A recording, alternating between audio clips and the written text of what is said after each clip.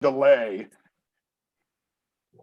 So if you see me jump in and we change this up a little bit, or there's a delayed question, just be aware of all of that. Okay, we're here, we're live. I am so excited about tonight. Ladies and gentlemen, this is a true honor, a history in the making moment that you've joined us with tonight.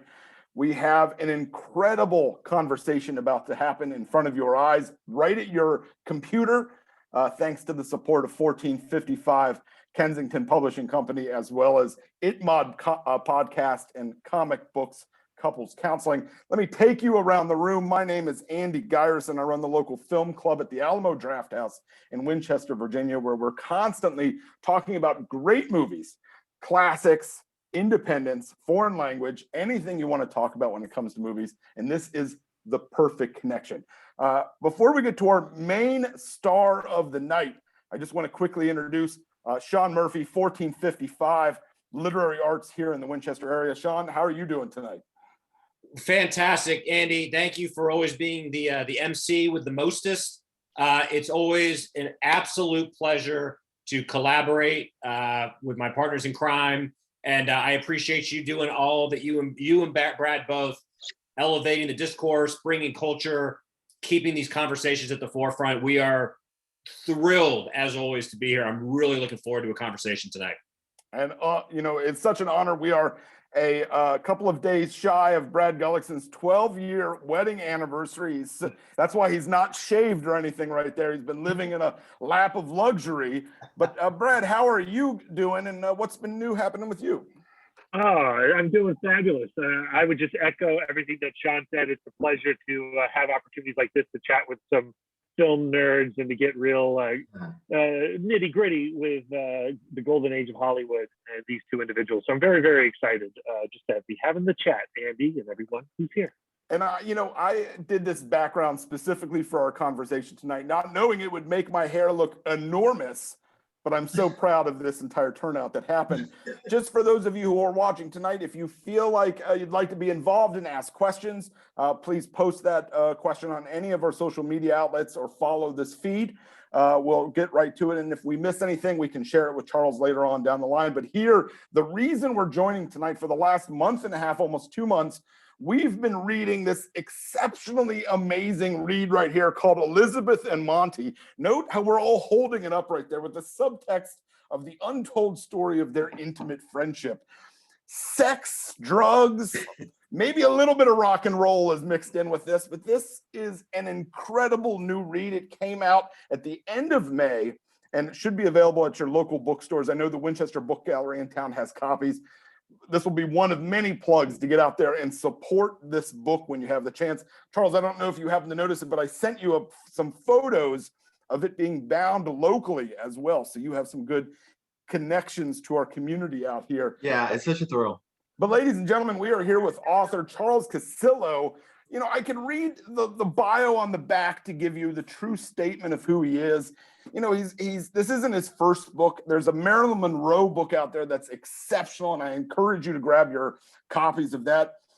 You've probably seen him in a few documentaries circling Monroe. That's no question there. His face is so familiar. I'd also like to quickly say that his hat game is on point tonight, and possibly what I think is the best hat I've seen in any interview that we've put on. Charles, welcome, and thank you for joining us tonight for this great conversation we're about to have. I am very honored to be here with you. Thank you for having me. Charles, so I read this book and I was utterly impressed with it, but I want to know a little bit more about you outside of the blurb they gave us. Where did your passion for the golden age of cinema start, and was there something specific that kicked it off? Well, I was one of those kids that was always made fun of in the schoolyard and kind of bullied and everything. I wasn't good at sports. I was uncoordinated. And I was in a kind of tough Italian-American neighborhood where male and female behavior was very stringently observed. And I just didn't fit into either one, really. And it was the days of like the late show and the afternoon movie. And I just discovered Clark Gable and Rita Hayworth, and Cary Grant. And I always felt much more comfortable in the era of the golden age of Hollywood than I did in my present time. So those people, those stars really did become my first friends I consider them friends. I mean, some of them were already long gone and everything, but I just really related to them. And yet they were far away. They were far away in such a way that they couldn't touch me. They couldn't hurt me. So they had this certain heavenly kind of distance from me. So that's how my interest began, from, I would say, the Late Late Show and the afternoon movie. And I started reading. It was very unusual. The boys in the neighborhood were out playing stickball and handball and all that, and I was in reading biographies of Tallulah Bankhead. But that's the way it was, and that's how it started. Was there a specific movie that you remember seeing that was like outside of the Late Late Show that you were like, this is me? I have found the audience that are the people that I love. I think it would be All About Eve, because it just, I mean, the story, number one, but also, I mean, the stars that are in it, it's so perfectly cast. The dialogue is so witty. Even as a kid, I didn't understand everything that was being talked about, but the banter going back and forth and All About Eve was so fast and so funny, and so furious. And then, my muse in life is Marilyn Monroe, and it was really the first glimpse that I ever got of her. And so you're a reader, you're a movie watcher. What brought you to bring those two together? I think that somewhere in my mind, I've always been a storyteller. I mean, I used to draw almost like a comic strip, the life of a movie star. Like I would, rather than write about it, I would do it like with little panels and draw them. And I would do like Betty Davis in the makeup chair, and I would start, grooming her and making her up for a role, or, other stars as well. So although I never studied writing professionally, and I never, in my earlier years, I never thought I would be a writer. When I look back on it now in retrospect, I see that I was always telling stories, and I was always interested in stories. I'm curious about, I imagine it's through your appreciation of Marilyn Monroe that you eventually got to this relationship in Montgomery Clift in particular. Is that true? Yes. Well, Marilyn, I look at Marilyn as a conduit for all my Hollywood and everything, because my first real interest was in her. So, of course, that she led me to Monty even before I was into Elizabeth, because of the Misfits, the film The Misfits. So I started to get very interested in Monty. I felt like he was another, not as strong as Marilyn, but another muse for me. And I just became very interested in him. All the sensitive, vulnerable ones, I think, are the ones that really talked to me and made me feel a kinship with them. And so, yeah, so then through Marilyn, I started seeing others, and then Elizabeth Taylor came into my life, and another of the great stars. And I always thought that the relationship between Monty and Elizabeth was particularly fascinating. Can you talk a little bit about, your first discovery and your first understanding of what their relationship was, and how that percolated into like, well, this deserves a book? Well, the first introduction to the relationship, I was a teenager, and I was reading Patricia Bosworth's biography, which is excellent, by the way, on Montgomery Clift. And so that was the first that I heard that he had been friends with Elizabeth Taylor. And I just was very, very fascinated with the idea of a 17-year-old, which was probably the age that I was around, a 17-year-old being in love with a movie star, and it being unrequited in the sense that he wanted to love her, but he couldn't because he was gay. Later on, skip ahead into like the early 2000s, I was looking for a follow-up to a book I wrote, and I thought I would do Montgomery Clift, and I started researching it. And I got to talk to some of the people that knew him or that worked with him at that time. But I eventually put that book aside because, number one, another book had just recently come out on Montgomery Clift by Michelangelo Cupa, I think his name is, and it was pretty comprehensive, and I just didn't think I would be able to add anything to Montgomery Clift. And then while I was still researching it, my publishers went out of business. So then, but through the research that I was doing for the Montgomery Clift biography, Elizabeth Taylor was still alive, and I started thinking that relationship is so interesting. And as time was going by, it was becoming more relevant because of the gay movement was moving forward as well, with marriage rights for gays and things like that. And I started thinking of putting Monty in context. You know, the Monty from the 1950 to what the whole milieu of being gay in the current situation was, and the contrast between the two. I thought would be very interesting to explore. So I'm going to steal one of Sean's questions, unless Sean, you're ready to roll. But you brought it up, Charles, and Sean, I'll let you dive a little deeper into it here. But I want to know about your research process, because the thing that I heard from others who were reading this book during the last month is how well researched this book was. And so how do you approach that? Did you learn a lot from your Marilyn book on the research, or did you tackle this completely differently? No, I tackled them both pretty much in the same way. It's in the beginning, I think being a biographer is first, before you even start writing, it's being a detective. You try to track down people from the life of your subject. And sometimes they're not easy to find, sometimes they are. Because of my history as an entertainment journalist, I knew a lot of people that could put me in touch with people. I was living in Hollywood when I started the original Montgomery Clift project. So I got to meet Kevin McCarthy and Jack Larson and people that were friends with Monty, actually. And so it's finding the context first, and then when you get the information, it's compiling the information and then comparing the information side by side. Because if one person tells a story and then someone who didn't even know that source tells the same story, you know that that's a really good anecdote or description or something that you want to use. So it's almost like a puzzle. You're moving this from here and putting this over there. That no longer sounds plausible, so you push that away, and it's a mosaic of putting all the pieces together.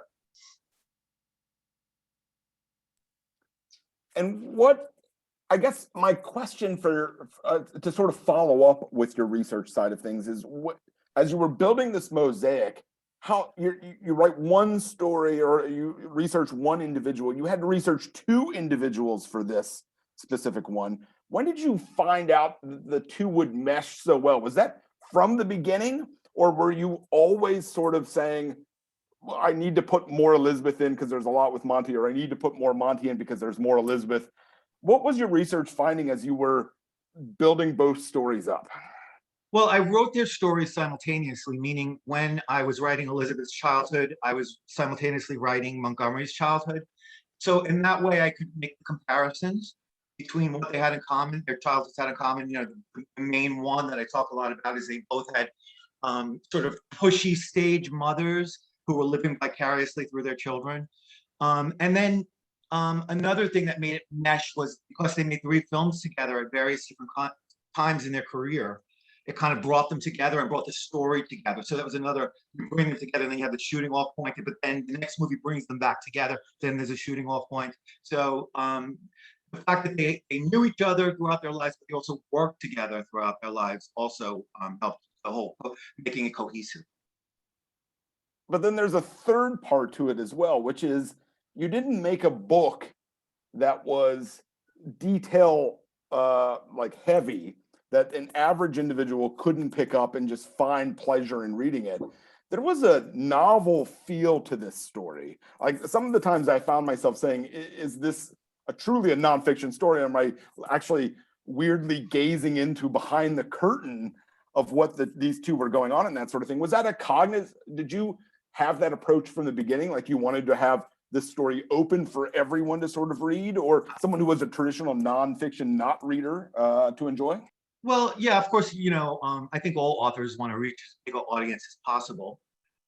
It's doubly hard when you're writing a movie star biography, because you have to write a book that someone might be reading that knows nothing about Elizabeth Taylor or nothing about Montgomery Clift. So you have to make sure, but then you have to make sure you're telling the whole story and the important points of their life. But then you also have to write for the people that know a lot about them and want to hear new things or new takes or new opinions. But you're always going to get, you know, a reader who's a Hollywood historian or something and say, well, there's nothing new.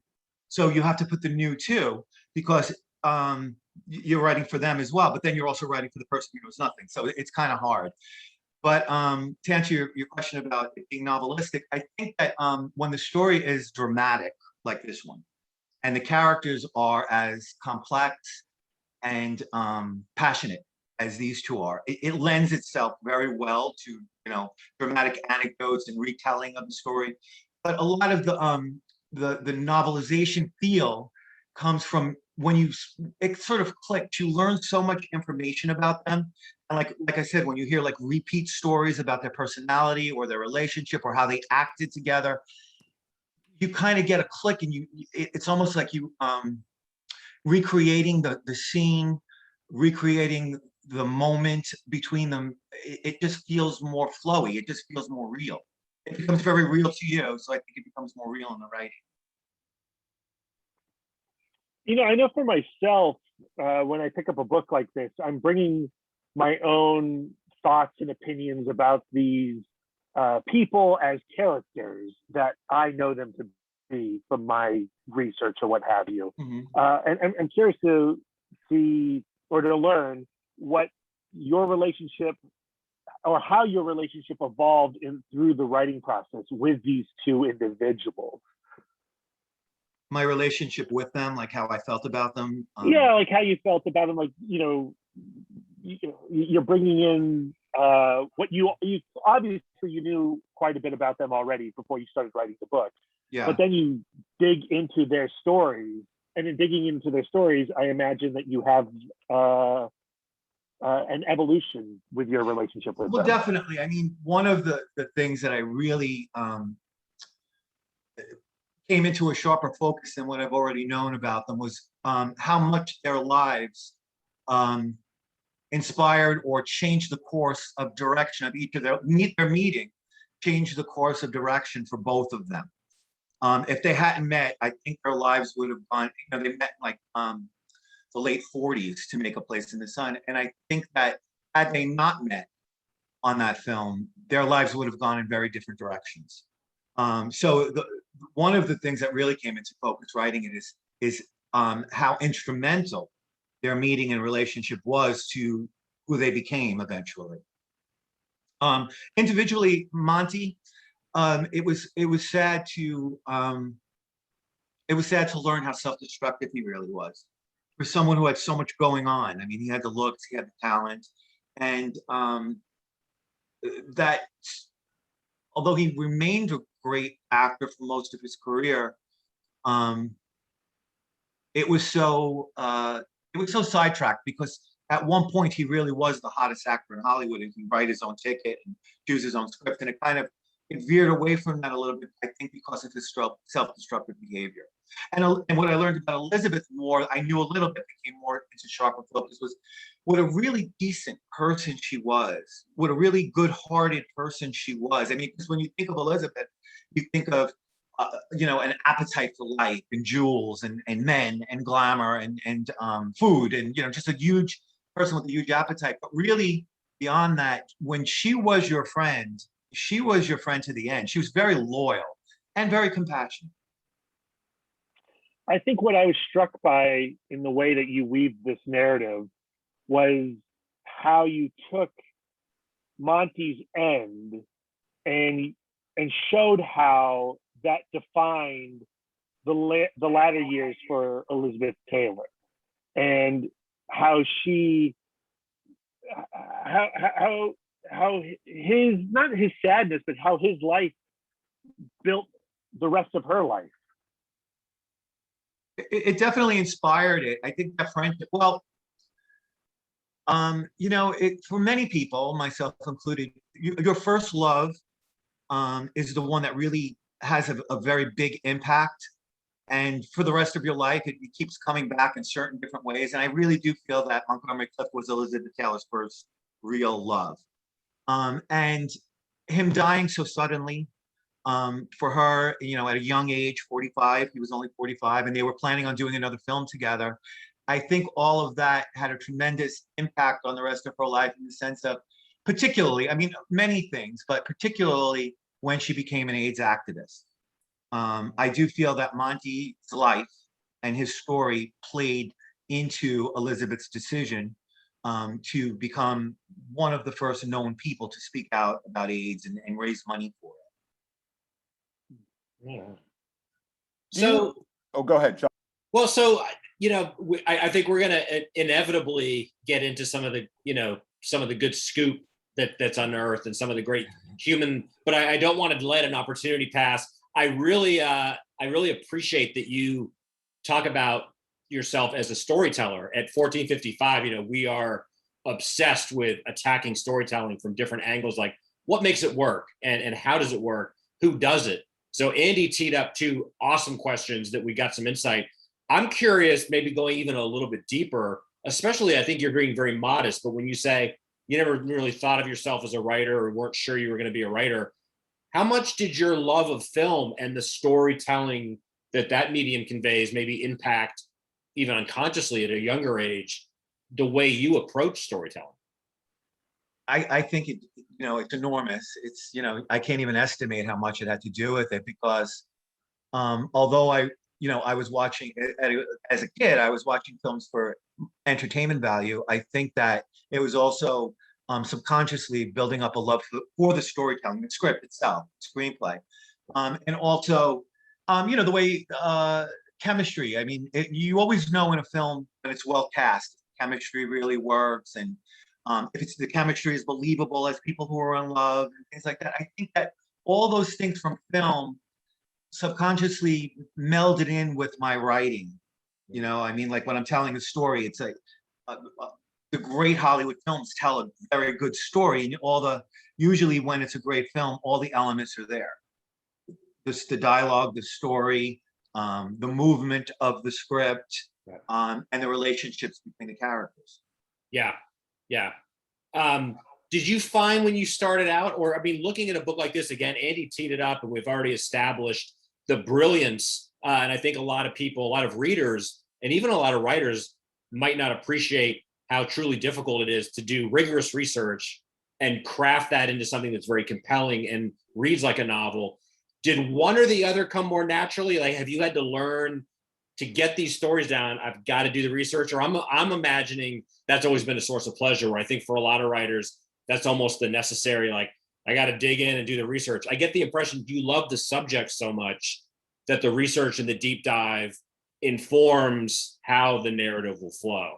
Oh, so much so. I mean, I was a newspaper reporter for a long time, and sometimes I got assignments that I wasn't really that interested in, and you really have to kind of muster that up and try to find ways to relate to it, or be interested in it so that the readers will be interested in it. But when it's somebody like Marilyn or Monty or Elizabeth, no, it is fun.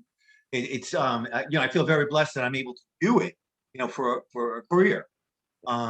So yeah, no, it's absolutely fun to dig in and to learn new things. And then something happens, and this used to happen with my newspaper articles too. It was almost like it's very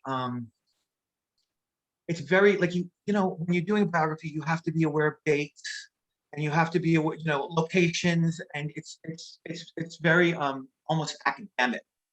But then something happens, and I don't know what it is, but it starts to flow, and those other things, like the story starts to flow, and those other things are there, because that's like the foundation work, getting the dates and the locations, and then the story starts to like take over that, and it starts like to connect the dots itself. Mm-hmm. I'm going to let Andy back in. I'm just going to make one comment, and if you want to add, Charles. I think this is really important for the writers that are watching this, and again, from my 1455 perch, we get asked a lot. I get asked a lot, are there any shortcuts, or what's the best way to be an effective writer? And I think what your career really beautifully illustrates is, if you have a passion for the work you're doing, a lot of other things will flow from that. And conversely, if you're chasing, say, a commercial success, or you're chasing a trend or something you think is going to click with an audience or an agent or an editor, that's a real ball of wax. But doing something that you believe in, you're going to be able to bring people along for the ride. So that's not to say that any of this is easy, but I just think you're a case in point of the research is fun and easy to the extent that it's something that you enjoy doing. And I think there's a wonderful lesson in that. A lot of people that I went to school with that I'm still in touch with now say to me now, I always knew that this was going to be your calling, because for as far back as I can remember, you were talking about the movie stars from that era. So it certainly is a real passion of mine. I mean, I don't like to give advice to writers because, I always say, who am I to do it? But for me, the work always came first, the project, the subject matter. It was always more important to me than commercial success, especially earlier on. But sometimes you do have to do things that you aren't as passionate about. I mean, just to make a career, you got to fill in the gaps. When you can't be working on something that you're really, really passionate about, you have to do other things. But the thing to do is to learn from that. To learn from the thing that you're not. Like I said, I would try to find a way to become interested, try to find that tunnel into what interests me about that thing, and try to build up some passion. Sure. Well, first of all, I don't know how I can follow up that question in any way, shape, or form. So bravo to you, Sean Murphy. But I'm going to ask a dirty question, if that's okay. Charles, do you have any stories that you feel comfortable sharing that did not make the book that we read today? Something that you heard about, not gossip per se, but just something that just didn't quite fit with the narrative flow of what you've got? Anything that you feel comfortable sharing right now? No, because if it didn't make the book, it's something that I wouldn't feel comfortable talking about. But there is something in the book that I'd like to expand upon that is sexual in nature. Go. Because I've taken criticism from it, and I think it was an error on my part that I didn't explain it more fully in the book. It's an uncomfortable thing to talk about. I don't like talking about it, but there's a segment in the book, and I'll write it so you know, where I talk about the size of Montgomery Clift's penis. And people have, when I get criticized, it's mostly on that. Like, that's just a bit of gossip. Why is it necessary? Who cares? And this is what I feel I should have explained more. I do think it's important because, as I said, Montgomery Clift was very, very self-destructive. And I do think that if you become famous as a sex symbol or a romantic lead, and for your beauty, if there's something about you physically that's ultimately going to perhaps disappoint, it could be really psychologically damaging to you. And, I just can't imagine being as famous and desired as Montgomery Clift was, and then perhaps going to bed with someone. And I did talk to people who've seen it. I've never seen it, so I can't, confirm. But I've talked to people who spoke about that, and I just felt that it was very important, as unpleasant as it is, or as an invasion it could be. I do feel that it was important to his psychological makeup, particularly later on in life. Well, and I will say that I think it worked within the book. I don't think that scene stood out in any way, shape, or form when I was reading it as something that didn't need to fit. I felt like it gave me that little bit of edge that went further into his life that I would have otherwise never heard about or been a part of. And whether it's true or not, whatever it may be, there was something there that made me sort of feel more sympathetic, just feel more empathy towards him. I mean, it was a powerful sort of way that you conveyed it into the story, I will say. Well, I meant it that way. I didn't mean it to be sensationalistic. I meant it to be something that should be looked at with empathy.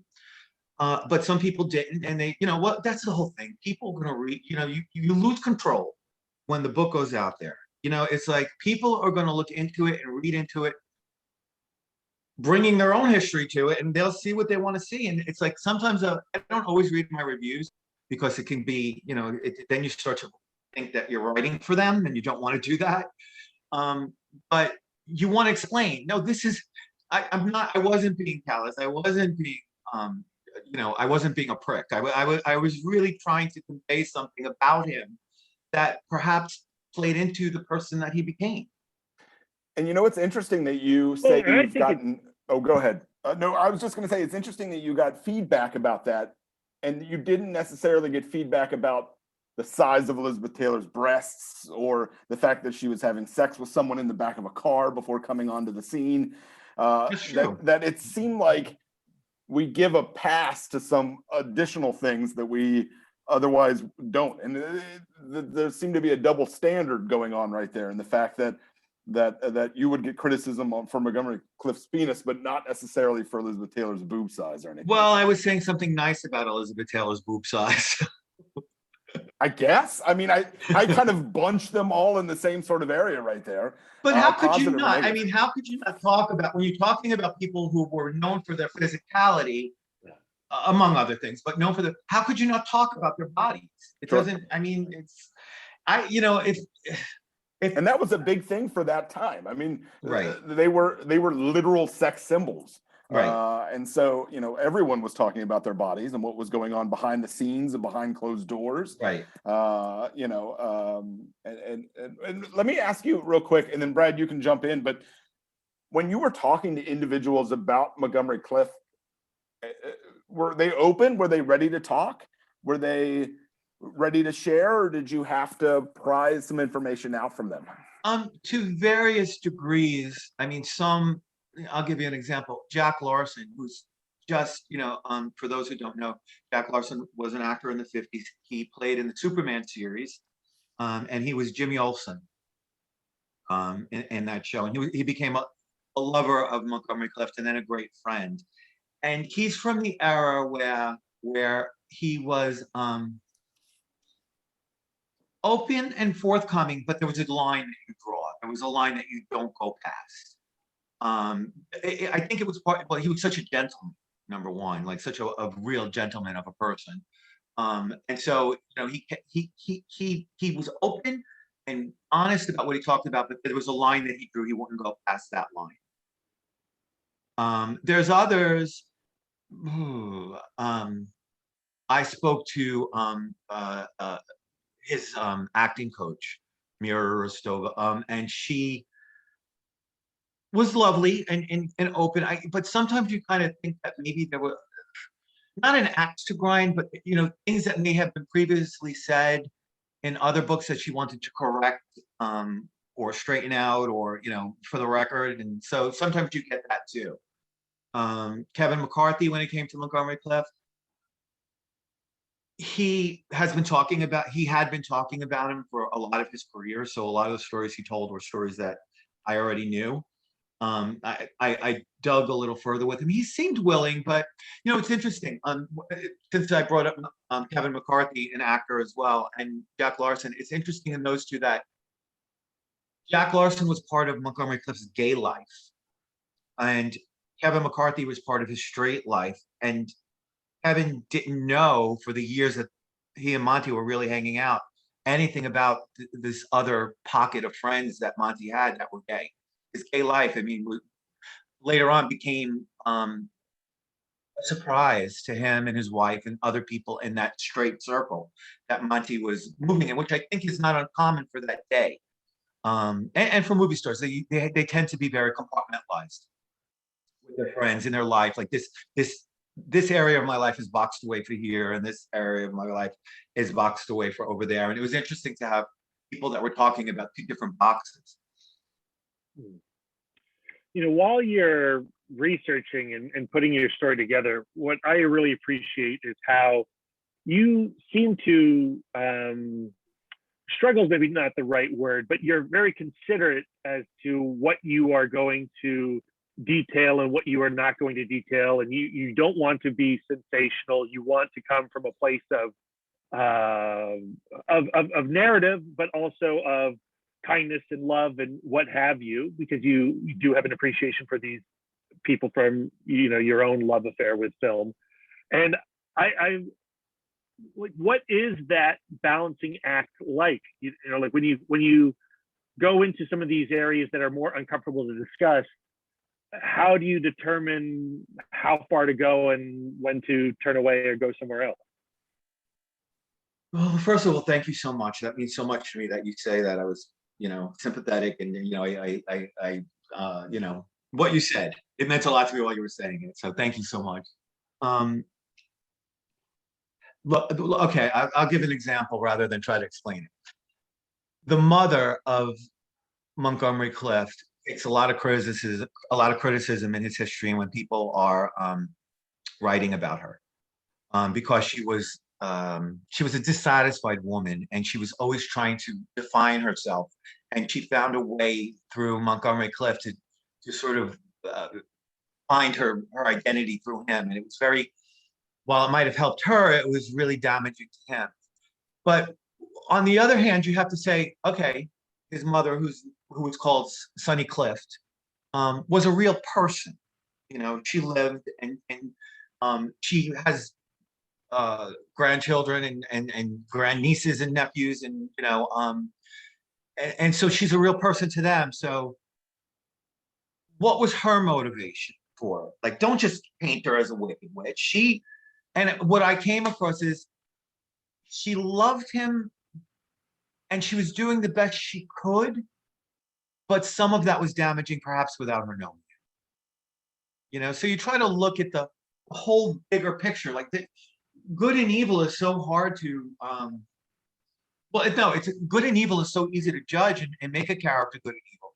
But really, you know, I would say go the extra step and find out what maybe makes them appear to be evil, were they really evil, or were there factors that, you know, kind of played into that? You know, for me, the gift of a book like this is it makes the people you turn in that are icons to you into humans, and you know it takes moments, you know, like the car crash, and makes it a very real moment. You know, you really bring a lot of reality and threat, but also, like, you know, the act of Elizabeth being there, you bring that into a reality that is not just a story or Wikipedia entry. And I'm wondering, like, when you're writing those out, like, are you being affected in the telling of it? It's emotional. I mean, you know, I spent a lot of time in my life with Montgomery Clift and Elizabeth Taylor, even before the book. I mean, watching their films and, you know, reading them and all that. So I feel I knew them from there. But then when I'm working on them so closely and concentrating on them for months, you really do feel like you know them to a certain extent, and almost like you feel a certain sense of obligation to them. Like, you know, you owe them something. Number one, for giving you pleasure and for being who they are, but also because now I'm telling their story and I owe them the best, to the best of my ability, to represent them correctly. And in a scene like the car crash, it's like, okay, take away the career, the movie star, and these are people. These are people in a horrific, tragic situation that's moving very quickly that night. Everything was happening very fast. And so to take away the trappings of Elizabeth Taylor, Montgomery Clift, Rock Hudson, who was there, Kevin McCarthy, who was there, and treat them as the people that they really were when they weren't in front of the cameras. So I think I follow that with the question of how this book, for me at least, and what I saw as a very successful read, was that how I could place it in today and start to make some weird connections going on. Meaning, is Montgomery Clift a victim of the time that he was in?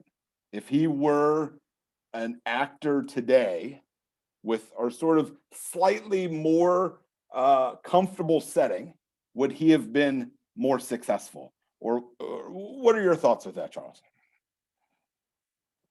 Well, I think he would have been probably less self-destructive, but I don't think that you know, his homosexuality was the exclusive cause for his self-destructive behavior. He didn't like to lie. He didn't like to have to pretend to be something that he wasn't, and that played into it. Of course, today he wouldn't have to. So I think that would make a, you know, that would make a big difference in the way that he was, and perhaps the way he, you know, he chose roles. You know, it's interesting. He turned down the role in 2 films. One, Rope, because, you know, Alfred Hitchcock's Rope, because of the homosexual undertones, and I think it would have been a great vehicle for him and Cary Grant, who was the original first two choices, and Sunset Boulevard, because he was involved with Libby Hallman, who was a much older woman, and it just paralleled his own life too much, and he felt that his audience wouldn't believe him involved with an older woman. Even though I don't believe that his relationship with Libby Hallman was romantic. But yeah, I mean, of course, I think it would his life and career would be different if he was in modern times. But also, you know, other actors who were gay, like Rock Hudson, skipped along merrily from film to film, and it really didn't seem to affect him. So I think that there's the sensitivity of the person that comes into play, the vulnerability, like I said, Monty was very into reality and not lying and being, you know, truth in his acting and truth in his life, and he couldn't be that. And I think it had an enormous effect on him.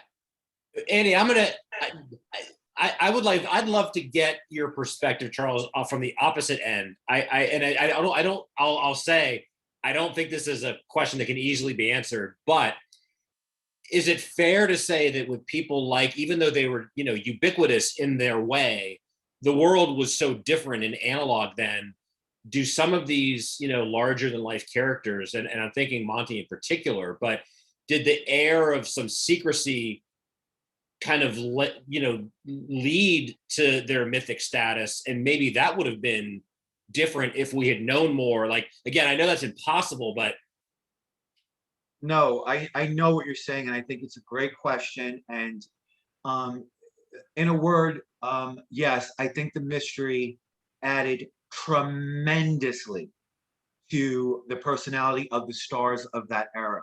Yeah. Because I compare it to the stars of today, where everything that happens to them in real time is being put out on Twitter and Instagram and everything. And so they're not separated from your friend or the person sitting next to you on the subway.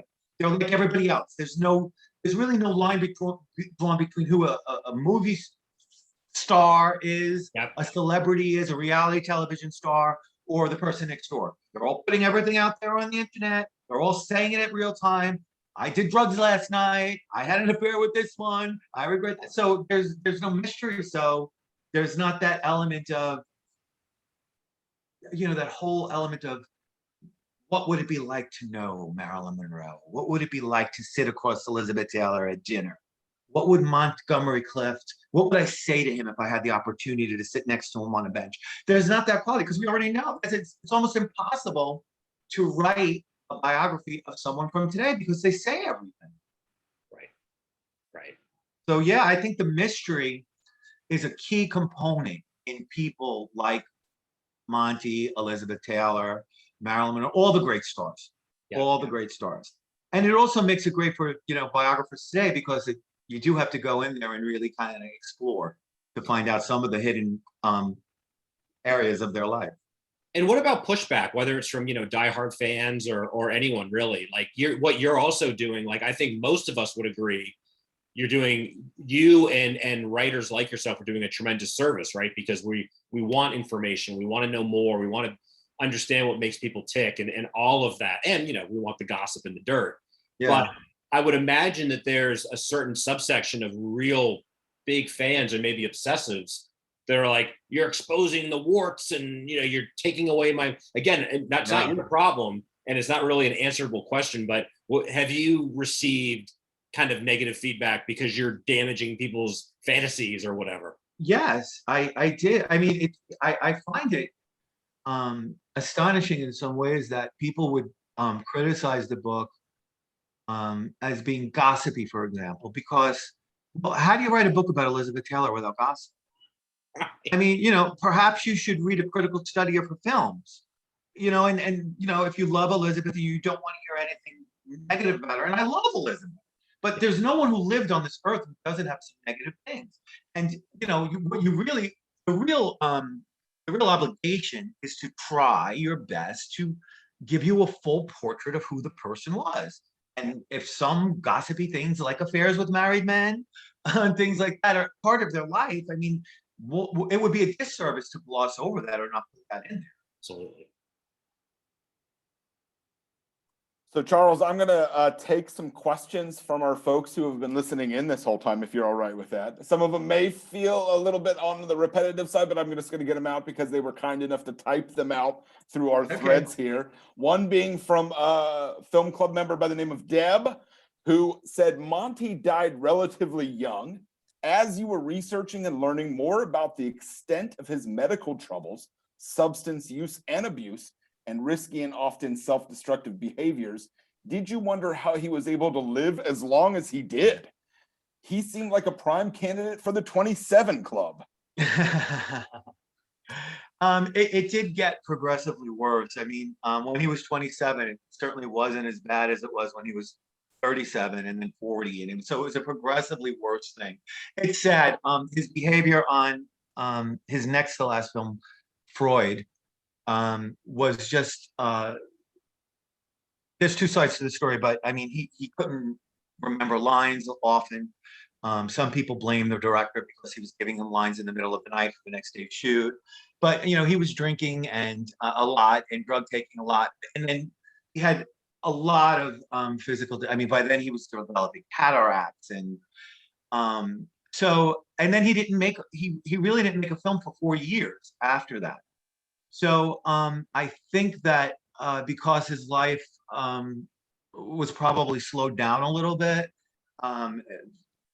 he lived, but in a lot of ways, the last years of his life, he was, and people have described him as this, he was sort of like a walking dead man. He was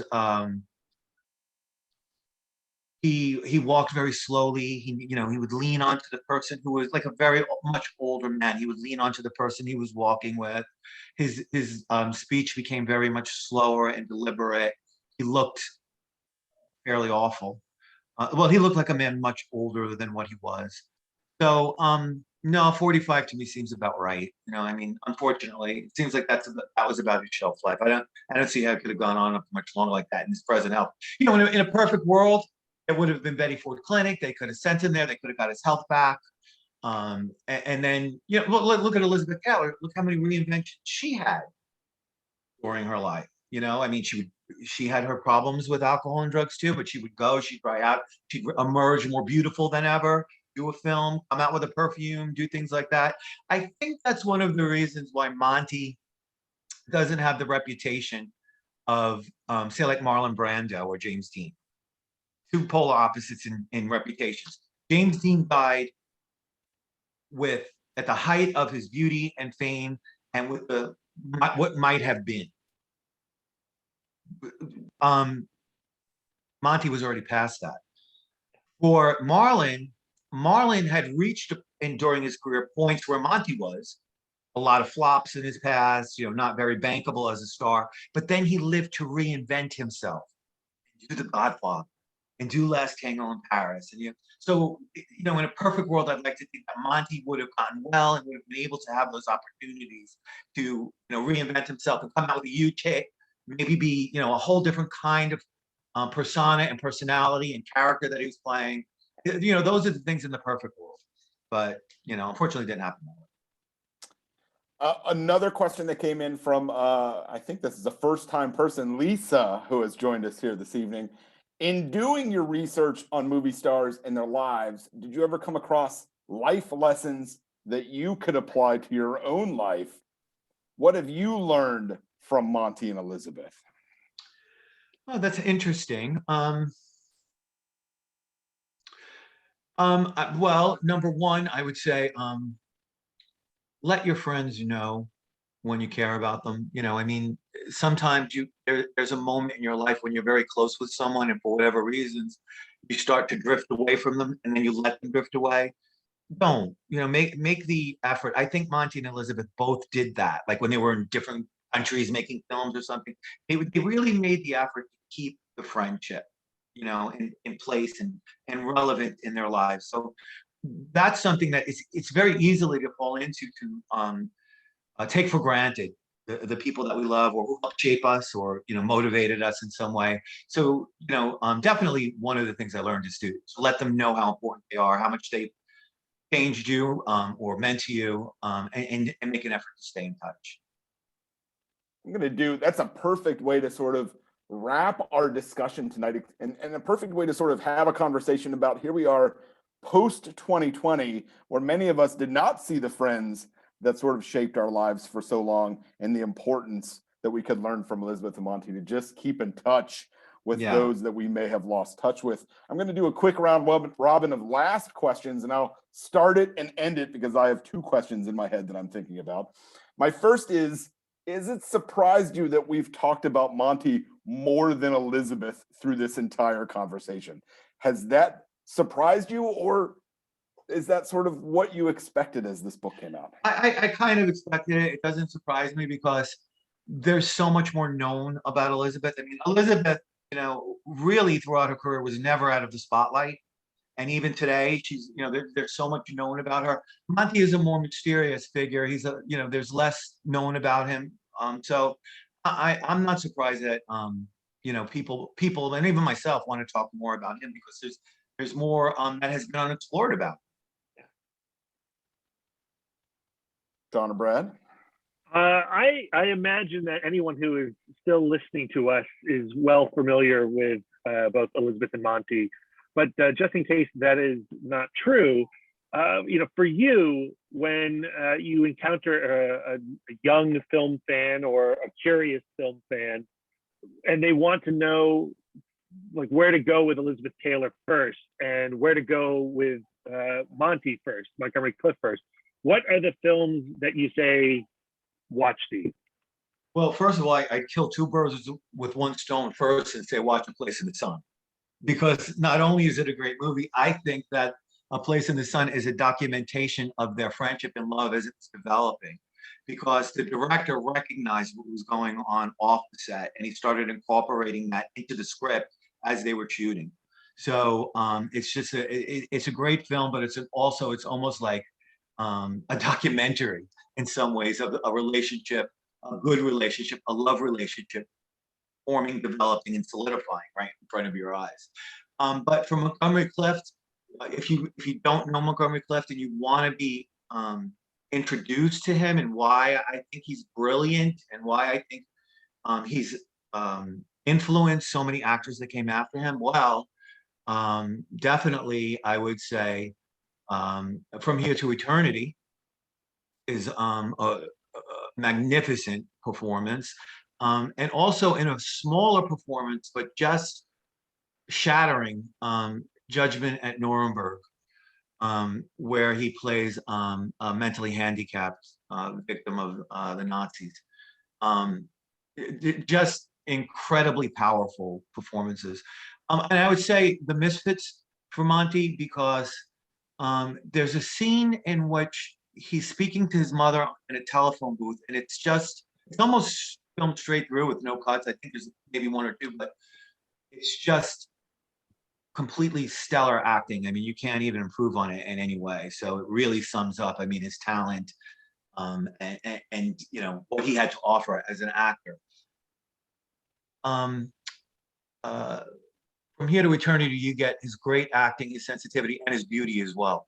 So that's why that one's important. Elizabeth, let's see. Wow. After A Place in the Sun, let's go to Cat on a Hot Tin Roof. Well, the two Tennessee Williams plays that she did. She's just, not only is she perfectly cast, it was a challenge to do Cat on a Hot Tin Roof because they had to cut so much out of the original story, and she had to convey so much. Her and Paul Newman had to convey so much that wasn't allowed to be shown on the screen then, and she really, really did it. I think that the two back-to-back Tennessee Williams, Cat on a Hot Tin Roof and Suddenly Last Summer, was really when she was really coming into her own as an actress, and just two really near perfect performances. Then you would have to go into Who's Afraid of Virginia Woolf, because then you're really seeing Elizabeth Taylor, really bringing everything that she's learned in the acting arena and just putting it out there for everyone to see. I had an interesting question the other day. Someone asked me, do you think Elizabeth Taylor's performance in Who's Afraid of Virginia Woolf would have been possible had she not met Montgomery Clift? And you can never know for sure, but I will say that it was Montgomery Clift that taught Elizabeth that acting is more than showing up at the studio, knowing your lines and hitting your marks. That you can create a character, you can bring things to a character that's not even in the script. You can delve into yourself. And I think that those seeds that were planted in Elizabeth in that movie were bearing complete fruit by the time she did Who Was Afraid of Virginia Woolf. Wow. Fantastic. So first, Charles, I want to thank you for taking the time and giving us some insight into the craft. And I want to keep the focus. I congratulate you on the reception that this book is getting, that it's had amongst our community. Whether this is your next project or high level, is there another actor or figure from this golden era that warrants a book like this? So whether it's you and your next project or what you want to do or something you'd love to see someone tackle. Well, I don't have a definite. My agent is, kind of pressing me to come up with someone. It's hard because if you do a biography of someone I love, like say Joan Crawford, there's great books about her already, and you're really not going to get a deal or an audience unless you come up with some earth-shattering new thing about her. Yeah. So it's really difficult to do just a straight-out biography of one of the stars. You have to come up with a hook. I would love to see a really, and there's been some, but I think the story of, like, say, Valentino hasn't been completely told. I would love to see someone do that, but I think it would be hard unless a cachet of letters was found or something, because everyone from that era is so long dead. Yeah. But the challenge of that is definitely calling. Like the challenge of doing a book on someone who everyone is long dead, Yeah. and there might be some things to Valentino that we don't. Great answer. I love it. Thank you. Well, it has been a true honor this evening. I promised one more question as we wrap up tonight, but I just want to begin by saying, if you have not gone out to your local bookstore and bought a copy of Elizabeth and Monty, do yourself a favor. This is a great summer read. This is a fabulous opportunity to go inside the minds of two Hollywood sex symbols we've defined tonight, but also a chance for you to visit the performance on screen as well as read about it in the book. So on the 30th, Wednesday, our Alamo Film Club will be screening, and it's almost sold out, 70th anniversary of A Place in the Sun up on the big screen. I'm not sure. I think people were like, we're out of the pandemic. We need to see this movie. This is the movie we're coming back. There's more people currently in our screening than in Fast and Furious 9. So you can see that there's still a power behind Elizabeth and Monty up on the big screen. What would you say to folks who are witnessing this movie for the very first time, Charles? I would say enjoy it for the first time. It's probably the first time of many, because for years, I've probably seen it 20 times. I always find something different in it. So you will enjoy it. You will be seduced by Monty and Elizabeth, but there will be a calling for most of you to want to see it again and then again. It's just a perfect film. And your book is obviously called Elizabeth and Monty, but let me just say this real quick. Maybe by the 4th or 5th screening, you'll realize Shelley Winters is knocking it out of the park as well in that movie. She's someone that there's almost an overshadow a little bit, but her performance is outstanding if you have the opportunity to catch that while you're oohing and eyeing over Elizabeth and Monty up on the big screen. Yes, it really is. And it was an unusual performance for her. Most people don't know that Shelley Winters started as a blonde bombshell. Mm-hmm. She was playing sort of sex roles, and so she almost wasn't cast because it's a mousy character. And that interesting story about how she showed up to meet with the director, and she was dressed all dowdy. She had dyed her hair dark, and she was all dowdy, and she was eating lunch out of a paper bag, and he didn't recognize her because she was actually playing the character for him, and that's one of the things that got her the role. Well, I am excited to see this up on the big screen. I've seen it only at home. I've never seen it on a big screen, and we've got a beautiful print coming from Universal Studios, so I'm excited to finally see it. Charles, if folks are interested in following your career path, following the many posts of Marilyn Monroe that we see coming out, where can folks keep in touch with what's going on with your world? Well, I have a Twitter feed under my name, Charles Casillo, and also Instagram. And social media, Facebook, all the social media platforms are pretty much on it. I'd love for you to follow me, and if you have any additional questions, you can send them to me through Instagram or Facebook. And it's my favorite subject, so I'm always happy to talk about it. And that is why we've brought these folks together today. We are folks who love talking about movies and love talking about books. There's no question about it. Brad Gullickson, where can folks keep in touch with what you have going on these days?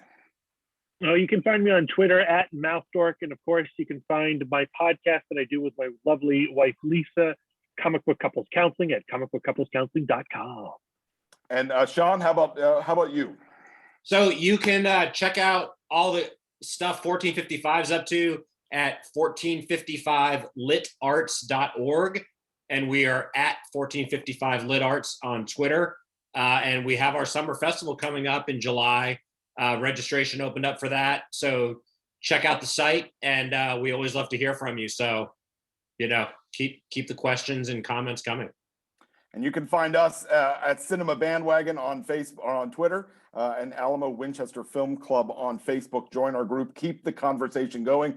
I'm a big fan of saying that if you leave a book or leave a film and do not continue the conversation, you've done a disservice to both of those. And so this is a book that requires conversation, as you've witnessed here tonight with these many minds. Charles, fantastic evening. Thank you for this opportunity. I enjoyed it so much. Thank you. And I'm following all of you, so expect me. I'm going to follow all of you from now on. Well, we hope one day that you'll make your way from New York down here to the fine state of Virginia and host an in-person screening of an Elizabeth or Monty film, or both. We would welcome that at any time. So as we get through all of this, mark your schedule and just send me a message, and we'll have cold beers and movies ready for you at any time. I'm there.